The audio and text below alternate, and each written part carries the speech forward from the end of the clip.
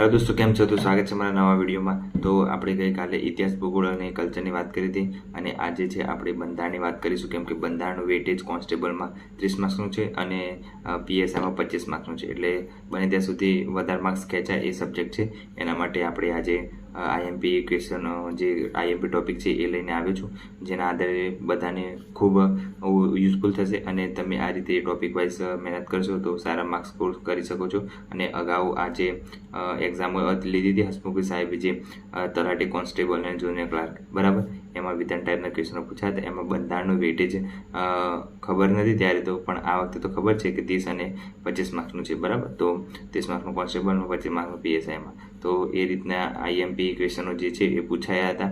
તો એના આધારે મેં થોડા ટોપિક વાઇઝ કાઢ્યું છે એનાલિસિસ કરીને, તો એ તમને ખૂબ યુઝફુલ થશે। તો મેં આમાં લખ્યું છે, તો હું તમને બતાવું, એ તમે જોતા રહેજો અને લાસ્ટ સુધી બનાવી રહેજો વિડીયોમાં, કેમ કે ખૂબ યુઝફુલ થશે અને વાંધો નહીં આવે અને માર્ક્સ સારા કવર થઈ જશે, બરાબર। એક જ સબ્જેક્ટ એવો છે જે વધારે માર્ક્સ કવર કરી શકે છે, એટલે લાસ્ટ સુધી વિડીયો જોજો, બરાબર। તો ચલો ચાલુ કરીએ। તો દોસ્તો, બંધારણ છે, આઈએમપી ટોપિક છે, જેમાં પહેલું છે આમુખ કરી દેવાનું। અમુક ખાસ આઈએમપી છે, આ અમુકમાંથી 1-2 ક્વેશ્ચનો પૂછાતા જ હોય છે, બરાબર। પછી મૂળભૂત અધિકારો છે, જે બાજુમાં આઈએમપી કર્યું છે, ખાસ મોસ્ટ આઈએમપી છે, જેમાંથી તમે પ્રશ્નો 2-3 વાર પૂછાયેલા જ છે, બધી એક્ઝામોમાં પૂછાતા જ હોય છે, એટલે મેં આઈએમપી કર્યું છે। એટલે મૂળભૂત અધિકારો ખાસ કરી લેવા। પછી પંચાયતી રાજના ક્વેશ્ચનો આવે છે, તો પંચાયતી રાજ પણ કરી લેવું। પછી મૂળભૂત ફરજો એ પણ આવે છે, તો મૂળભૂત ફરજો પણ કરી લેવી। પછી રાજનીતિ માર્ગદર્શક સિદ્ધાંત એ પણ મોસ્ટ આઈએમપી છે, તો રાજનીતિ માર્ગદર્શક સિદ્ધાંતમાંથી ક્વેશ્ચનો આવતા હોય તો એક કરી લેવા। પછી સર્વોચ્ચ અદાલત, વડી અદાલત, બરાબર, સર્વોચ્ચ અદાલતના મુખ્ય ન્યાયાધીશ કોણ છે અત્યારે, વડી અદાલતના કોણ છે એ પણ કરી લેવાના। સર્વોચ્ચ અદાલતના લાયકાત શું છે, એ બધું જેટલી બી હોય ન્યાયાધીશને લગતું એ બધી વસ્તુ કરી લેવાની, બરાબર। પછી સંસદ, રાજ્યસભા, લોકસભા, 3 વસ્તુ ખાસ કરી લેવાની। પછી ચૂંટણી પંચ કરી લેવાની। પછી રાષ્ટ્રપતિ, ઉપરાષ્ટ્રપતિ, આ બંનેના તો ક્વેશ્ચન હોય ને હોય, જેમ કે રાષ્ટ્રપતિની ચૂંટણી ક્યારે થાય છે, રાષ્ટ્રપતિની ચૂંટણી પરોક્ષ રીતે થાય છે, પ્રત્યક્ષ રીતે થાય છે, રાષ્ટ્રપતિનો અનુચ્છેદ શું છે, ઉપરાષ્ટ્રપતિની ચૂંટણી કેવી રીતે થાય છે, એ કેટલા હોદ્દા હોય છે, ઉપરાષ્ટ્રપતિ રાજ્યસભાના સભાપતિ છે કે નહીં, આ તે બધા વિધાનોના ક્વેશ્ચનો બહુ પૂછાતા હોય છે। વિધાનોના મોસ્ટ ઓફી રાષ્ટ્રપતિ, ઉપરાષ્ટ્રપતિના જ આવશે, એટલે જોઈ લેવું। અને હાલ રાષ્ટ્રપતિ કોણ છે, હાલ ઉપરાષ્ટ્રપતિ કોણ છે, એ પણ ખાસ કરી લેવાનું, બરાબર। પછી વડાપ્રધાન, મુખ્યમંત્રી, રાજ્યપાલ, એના પણ ક્વેશ્ચનો આવતા હોય છે, તો એ પણ કરી લેવાનું। પછી રાજ્યસભા કરી લેવું। અનુચ્છેદો ખાસ કરવાના, અનુચ્છેદો બધા કરી દેવાના, મોસ્ટ ઓફલી જેટલા ઇમ્પોર્ટન્ટ લાગે એ અનુચ્છેદો કરી દેવાના, બરાબર। એવું હોય તો હું મારી જે નોટ્સ છે એમાંથી જે અનુચ્છેદો મેં લખ્યા છે એ હું મૂકી દઈશ, બરાબર। એટલે તમે ટેલિગ્રામ જોઈન ના કર્યો તો જોઈન કરી લેજો, એટલે એમાંથી તમને મળી જશે। પછી જેમ કે ભાગ 1, 2 એ જે ભાગો છે એના પણ અનુચ્છેદો પૂછાય છે ઘણીક વાર, તો એ જોઈ લેવા, બરાબર। પછી મંત્રીમંડળ કરી લેવાનું। પછી છેલ્લું છે કે બંધારણના સ્ત્રોત ક્યાંથી લેવામાં આવ્યા છે, જે અલગ અલગ દેશ છે, બ્રિટન છે, જાપાન છે, પછી જર્મની છે, પછી આયર્લેન્ડ છે, કેનેડા છે, અમેરિકા છે, રશિયા છે, એ બધામાંથી શું શું લેવામાં આવ્યું છે એ રિલેટેડ બધા ક્વેશ્ચનો પૂછાતા હોય છે, તે ખાસ કરી, જેમ કે રાષ્ટ્રપતિ કયા દેશમાંથી લેવામાં આવે છે, આપણા જે રાષ્ટ્રપતિ છે એ કયા દેશમાં, તો બ્રિટનમાંથી લેવામાં આવે છે, એના ક્વેશ્ચન પૂછાય છે। પછી રાષ્ટ્રપતિની ચૂંટણી કયા દેશમાંથી લેવામાં આવી છે, એમ, તો એ રીતના બધા ક્વેશ્ચનો જેટલા હોય છે એ બધા પૂછાતા હોય છે, બરાબર। એ બધું ખાસ કરી લેવું। તો આ રીતના આટલા ટોપિક કાઢ્યા છે। હજી બીજા ટોપિક છે, પણ મેં થોડું ઓછું ધ્યાન આપ્યું છે, કેમ કે ફટાફટ જોઈ લીધું હતું અને આમાં જે મને ખાસ આઈએમપી લાગે એ લખી દીધા હતા, પણ હજી ડિટેલમાં થોડું જોવાનું બાકી છે। તો ડિટેલમાં તમારે જોઈતું હોય તો પછી મને કહેજો, કોમેન્ટ કરજો, તો હું ડિટેલમાં પછી બીજા ટોપિક કાઢી દઈશ, બરાબર। તો અત્યારે આટલા તો ખાસ કરી દેજો, જે 14 છે એ, અને પછી બીજા તમે કોમેન્ટ કરશો તો હું બીજા પણ બનાવી દઈશ, બરાબર। તો આજે આટલું જ હતું। તો બંધારણના આ આઈએમપી ટોપિક છે એ ખાસ કરી લેજો, કેમ કે આ બંધારણ ટોપિક છે એ ખૂબ યુઝફુલ થશે અને ઓછી મહેનતે સારા માર્ક્સ આવી શકે છે એવો સબ્જેક્ટ છે। અને આમાં એવું નથી કે કંઈ વધારે ઉમેરીને કે ઘટાડીને પૂછી શકીએ, બરાબર। આમાં જે ઓથેન્ટિક વસ્તુ છે, જે પોઈન્ટ વાઇઝ છે, બધી વસ્તુ ટાઈપ કરેલી હોય એ જ વસ્તુ પૂછાય, અલગ કરીને પૂછી ના શકે, આમાં કોઈ રકમ ચેન્જ થઈ ના શકે। એટલે બંધારણ એવું સબ્જેક્ટ છે તે તમે સારા માર્ક્સ કવર કરી શકો છો। કરંટ અફેર છે એ જ્ઞાનનો કૂવો છે, ગમે તેટલું કરો તો પણ તમારે ઓછું જ પડે, એટલે બંધારણમાં તમે જેટલું આ ટોપિક આપે છે આપણા, એ ટોપિક વાઇઝ તમે તૈયારી કરો તો ખાસ કરીને ટોપિકની બહારનો કોઈ ક્વેશ્ચન આવશે નહીં. એટલે મહેનત તમારી સફળ રહે, બરાબર. એ માટે આ જરૂરી છે કે તમે સિલેબસ પકડી રાખો. તો સિલેબસ પકડી રાખો તો તમારે વાંધો આવશે નહીં, બરાબર. તો આ જેટલા ટોપિક કરે છે ખાસ કરી લેવાના. પછી બીજું કે મેં જે જીકેની નોટ્સ છે એ અપલોડ કરી છે, હજી બીજી બાકી છે તો બીજી અપલોડ કરી દઈશ, બરાબર. થોડો ટાઈમ મળશે એટલે. તો એ રીતના મેં પ્લાનિંગ કર્યું છે કે ધીરે ધીરે અપલોડ કરતો રહીશ અને મને ટાઈમ મળે એ રીતે હું તમને આપતો રહીશ, બરાબર. બીજું તો ટેલિગ્રામ જોઈન કરેલું એટલે તમને યુઝફુલ થયું છે, બરાબર. એટલે વાંધો નથી કે કોઈને અલગથી પર્સનલ PDF મોકલવી પડે, એટલે સારું છે. બીજું તો એક્ઝામ નજીક આવે છે અને વરસાદ તો પડવાનું ચાલુ છે અત્યારે, એટલે રનિંગનો પ્રોબ્લેમ છે.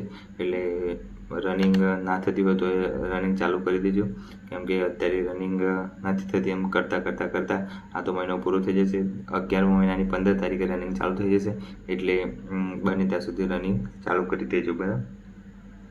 અને બીજું તો મહેનત તો ચાલુ છે બધાની, મારે પણ ચાલુ છે, તમારે બધા ચાલુ જ રાખજો, કેમ કે મહેનત ના કરો તો પછી કોઈ મતલબ નથી. એક્ઝામમાં કોઈ દિવસ સટાક દઈને પાસ થઈ જાય આમ ટૂંકા મારીને, તો એવું તો થવાનું નથી આ વખતે, કેમ કે વિધાનવાળા ક્વેશ્ચનો છે. ટાઈમ પણ એ રીતનો લેવાશે જે રીતનો પેપર આવશે, બરાબર. એટલે એમના સમજતા ટાઈમ બહુ છે એટલે વાંધો નહીં આવે. એટલે ટાઈમ તો ખૂટવાનું જ છે, કેમ કે પેપર એ રીતનું લેન્ધી આવશે, બરાબર. તો વિધાનવાળું પેપર આવવાનું છે એટલે સમજી લેવાનું કે તલાટીમાં કેવું થયું હતું એ આ વખતે કોન્સ્ટેબલમાં પણ થશે, બરાબર. એટલે એ રીતની પ્રિપેર રહેવાની. અને જે ક્વેશ્ચનનો પેપર આવતા હોય થોડાક સમયમાં આવશે, ક્વેશ્ચન પેપર, મોડલ પેપર, એ બધા સોલ્વ કરવાના. જો તૈયાર થઈ ગઈ હોય તો મોડલ પેપર મોક ટેસ્ટ આવવાના, એટલે એનાથી આપણને ખબર પડે કે આપણે ક્યાં ભૂલ કરીએ છીએ, પછી આપણે કયા સબ્જેક્ટ વીક છે તો એ વીક સબ્જેક્ટને કવર કરતા ફાવે અને પાસ થઈ જવાય જલ્દી, કેમ કે એમાં આપણને એનાલિસિસ થાય કે આ સબ્જેક્ટ મને નથી આવડતો, આટલા ક્વેશ્ચનો ખોટા પડે છે, આમાં સારા કોર્સ આમાં સ્કોર સારો થતો હોય તો આપણે ઓછું ધ્યાન આપીએ, જેમાં ઓછું સ્કોર થતો એમાં વધારે ધ્યાન આપીએ, મહેનત સારી કરી શકીએ. એટલે એ બને ત્યાં સુધી એ રીતે પ્રેક્ટિસ કરવાની. જૂના પેપરો જોવાના, પ્રીવિયસ ક્વેશ્ચનો જોવાના, એના આધારે તમારે સોલ્યુશન કરવાનું. એટલે ખબર પડે કે હા પ્રીવિયસ ક્વેશ્ચનમાં આવા ક્વેશ્ચનો પૂછાયા હતા તો આપણે આવા આવશે, બરાબર. કોન્સ્ટેબલનું પેપર લઈ લેવાનું, તલાટીનું પેપર લઈ લેવાનું, જુનિયર ગાર્ડનું પેપર આ 3 લઈ લેવાના અને કેવા ક્વેશ્ચનો પૂછાયા છે એ આધારે તૈયારી કરવાની. મેં આ 3 પેપરો ટેલિગ્રામમાં મૂકી દીધા છે, જેને ના જોઈ લેજો એટલે તમને યુઝફુલ થશે, બરાબર. પછી બીજું કે બજારમાં બીજા નવા પેપરો મળે છે તો એ લાવી દેવાના અને એનાથી ક્વેશ્ચનો સોલ્વ કરવાના, બરાબર. અને મેથ્સ, રીઝનિંગ, કરંટ અફેર અને બંધારણ, આ 4 સબ્જેક્ટ પકડ રાખવાની, બાકી વાંધો નહીં આવે, બરાબર. અને બધા અત્યારે ઓલમોસ્ટ તૈયારી કરવાનું ચાલુ કરી દીધું છે. બધા જે અત્યારે નવું ચાલુ કરે છે એમને વાંધો નથી, બરાબર. એટલે એમને ટેન્શન લેવાની જરૂર નથી. તમે અત્યારથી ચાલુ કરીશું તો પણ કવર થઈ જશે, કેમ કે 4 સબ્જેક્ટ પાકા હશે તો વાંધો આવશે નહીં, બરાબર. એટલે મહેનત એ રીતે કરો કે આમ કમ્પ્લીટ દિશા જે હોય એ રીતને સિલેબસ પકડી રહેવાનો, એટલે એ સિલેબસના આધારે જ ક્વેશ્ચનો પૂછાશે અને એ સિલેબસની બહારની વસ્તુ તૈયાર કરવાની જરૂર નથી. પછી બીજું કે ઇતિહાસ, ભૂગોળ ને કલ્ચર છે એ બધું વાંચી લેવાનું એકવાર. NCERT હોય બુક તો એમાંથી ખાસ કરી લેવું, બરાબર. અને અત્યારે ખાસો ટાઈમ થઈ ગયો છે, કેમ કે 12:30 ઉપર થઈ ગયો છે, ટાઈમ 1 વાગવા કરે છે. તો મેં વિચાર્યું કે વિડીયો બનાવી દઉં બંધારણના ટોપિક માટેનો, એટલે તમને યુઝફુલ થશે, બરાબર. એટલે મેં બનાવી દીધો અને અત્યારે તો ટાઈમ મળતો નથી, પણ હવે ટાઈમ કાઢીને બનાવી દીધો. તો સવારે 4 વાગે તો રનિંગ કરવા જવાનું છે, એટલે હવે 1, 2, 3, 4 કલાક ઊંઘવાનું છે, 4 કલાક પછી રનિંગ કરવા જવાનું છે. તો ટાઈમ અત્યારે છે નહીં, તો જોઈએ હવે શું થાય છે. પણ ટાઈમ કાઢીને હું 10 મિનિટ આપણે વિડીયો બનાવવામાં કાઢી દઉં છું, કેમ કે જરૂર છે કે અત્યારે જે નવા વિદ્યાર્થીઓ તૈયારી કરે છે એમને કોઈ ગાઈડન્સ નથી હોતું, કેમ કે જ્યારે હું તૈયારી કરતો ત્યારે મને ઝીરો ગાઈડન્સ વગર, ઝીરો મહેનત વગર કોઈનો કશું જ નહીં. કોઈ બુક વાંચવાની, એક જ બુક હતી વર્લ્ડ ઇન બોક્સની, એ બુક વાંચ કરતો તો કોઈ કશું કીધું નહીં. પછી નવી માર્કેટમાં બુકો છે, પછી ખબર પડી, ફેલ થયા પછી ખબર પડી કે ભાઈ આવી રીતના ક્વેશ્ચનો પણ આવે છે, આવી રીતના મોડલ પેપરો આવે છે, આવી રીતનું કરંટ અફેર આવે છે, આવી રીતનું નવી અલગ અલગ સબ્જેક્ટની બુકો પણ આવે છે. એ પછી છેલ્લે ખબર પડી. પછી પાણી જતું રહે, પછી પાળ બાંધીએ તો કોઈ મતલબ નથી રહેતો, એટલે ભરતી જતી રહે. પછી આપણને અફસોસ થાય કે ચાલો આવું કર્યું તો સારું હતું, કોઈ ગાઈડન્સ આપ્યું તો સારું હતું, પણ કશું નહીં, પછી કોઈ મતલબ રહેતો નથી. એટલા માટે આપણે દરરોજનો એક વિડીયો બનાવવો જરૂરી છે, 10 મિનિટ કાઢીને, કેમ કે બીજાને યુઝફુલ થાય એટલા માટે. કેમ કે ભરતી એકવાર આવે છે પછી જતી રહે તો 2-3 વર્ષ કાં તો 5 વર્ષ પણ નીકળી જાય, નક્કી નથી. એટલે 2021ની ભરતી 2024માં બીજી આવી છે, એટલે બહુ સંઘર્ષ કરવો પડે છે બધાને, અને ઉંમર થઈ જાય છે જોડે જોડે, એટલે છોકરાઓને તો પ્રોબ્લેમ જ થાય છે. નોકરી ના મળે તો છોકરી ના મળે, ઘરના તાણા મારે, બહારના તાણા મારે, બધા બહુ હોય છે. એ તો દુઃખો તો જે તૈયારી કરતો હોય વિદ્યાર્થી એને જ ખબર હોય, બાકી તો ભાઈ છે ને મહેનત કરતા રહો. બધા 2024માં બધાને નોકરી લાગી જાય, બધાને તો નહીં પણ જેટલા મહેનતુ છે, જેટલા ડેલી મહેનત કરે છે એ લોકોને સફળ થાવ. અને બીજું કે ડેલીનું દરરોજ કરો. ડેલી જે તમે કંઈ બી વાંચતા હોય એનું રિવિઝન કરી અને પછી ઊંઘવાનું રાખવાનું, અને સવારે વહેલા ઉઠીને એકવાર ફટાફટ જોઈ લેવાનું, બરાબર. એ રીતનું બધું શેડ્યુલ કરવાનું. નેક્સ્ટ વિડીયો આપણે એવી રીતનું ટાઈમ ટેબલ વાળું લાવીશું જેના અનુકૂળ તમને ફાવે, બરાબર. કે કેવી રીતે તૈયારી કરવાની, શું વાંચવાનું, કેવી રીતે વાંચવાનું, યાદ નથી રહેતું તો શું કરીશું, એ રીતનો આપણે એક વિડીયો અલગ બનાવીશું તો તમને યુઝફુલ થશે, બરાબર. તો અત્યારે ટાઈમ થઈ ગયો છે મારે સુવાનો, તો હું સૂઈ જાઉં અને પછી નવા વિડીયોમાં મળીએ.